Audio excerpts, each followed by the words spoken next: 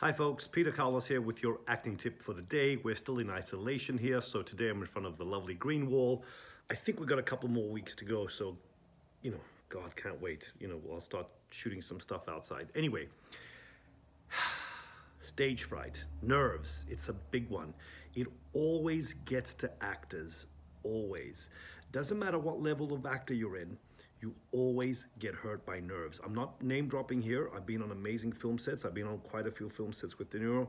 And I remember once we were on a film set and he was about to go to work and he looked at me and said, "Everyone stops when I start working."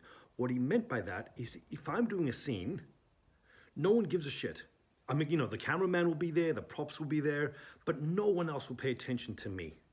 But when he starts working, everyone stops. The craft service person stops. They try and break their neck to watch him. So there's a lot of pressure on him. And the way he gets through it is to focus on what he's doing. I'll give you an example. You perform in front of an audience every single day, an audience of 200 to 300 to 400 people. When you go to your supermarket, there's at least a couple hundred people in there.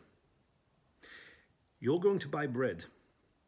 What's your focus on? The bread. You go in there, buy your bread and leave. If I told everyone in the supermarket to stop and watch you buy bread, what's gonna change?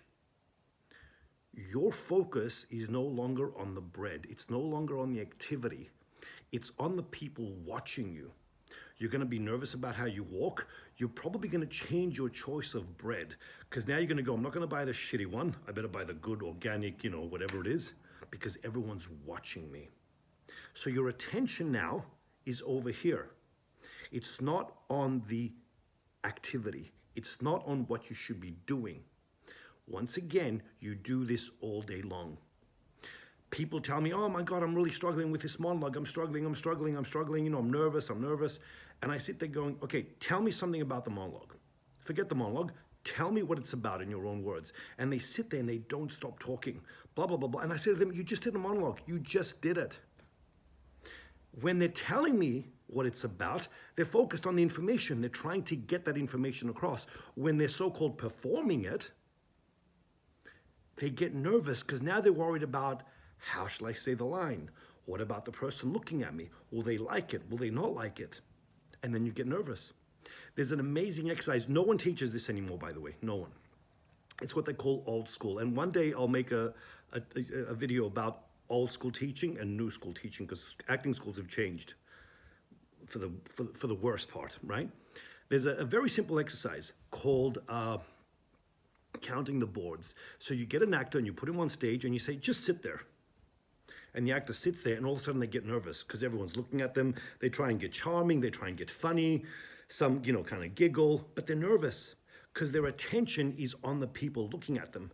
And then you say to them, okay, count the boards on the stage. The boards, the old days were made, the stage was made with floorboards. So now they're busy counting. And all of a sudden, their focus is on the activity, which is counting the boards.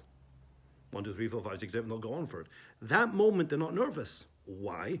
Because they're focused on the activity. Our job as actors is to be private in a public arena. Our job is to be able to create privacy, intimacy, private moments with 50 to 100 people watching. Okay, look at this for example. This is a still photograph with Joaquin Phoenix from the film The Joker. Look at what's around him. There's this guy, there's this stuff all around him, there's all this equipment. There's the actress, I think it's the therapy scene, and he's sitting there. Now, he could be thinking, I'm here to see my therapist, I'm here to talk about it, just like you waiting in an office at a doctor's. He could be thinking whatever he likes. The point is, it's private information. You never reveal what you're thinking, but what it does is it gives him a sense of privacy. He's not nervous. He's not worried about what other people think. You do. You put all your attention everywhere else but what you should be focused on, which is, why is your character there? What are they doing? And that's it. And let everyone do their work around you. So your work becomes private. Once again, think buying bread in the supermarket. Now, you saw that? He became private with a lot of people around him. That's your job. Focus on the activity. The character's coming home from work. The character's getting ready for breakfast.